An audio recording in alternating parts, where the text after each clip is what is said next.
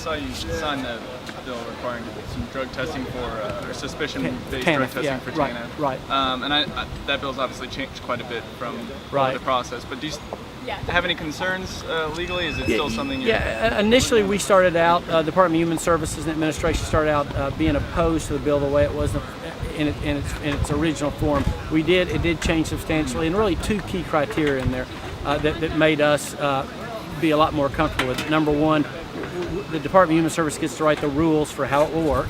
And number two, the Attorney General has to approve it to make certain it's constitutional. So with those changes, we were okay with it, and I signed it.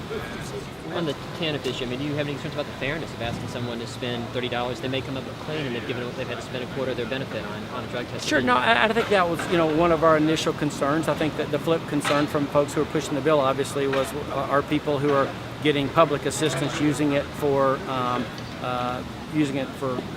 things that we don't want them to be using public money for. So like everything else, I mean, that's why we wanted to be involved in working through the rules of it and making sure it was constitutional. Like everything else that becomes controversial, there's an argument on both sides, and we wanted to make certain that we were fulfilling. You say it was one of your initial concerns. Is it still a concern you have for the bill? I mean, for the law?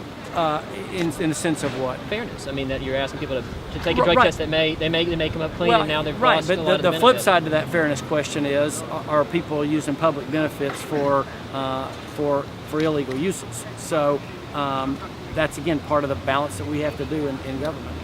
There was some, I believe it was Florida, who reimbursed, had a part of their program was they reimbursed people if they tested, if they were clean, if they tested negative for drugs. Is that, along this rulemaking process of them implementing this, is that something that you might support? I think it could be. You're probably getting a little past my level of knowledge in terms of what conversations DHS has had or not had there so far.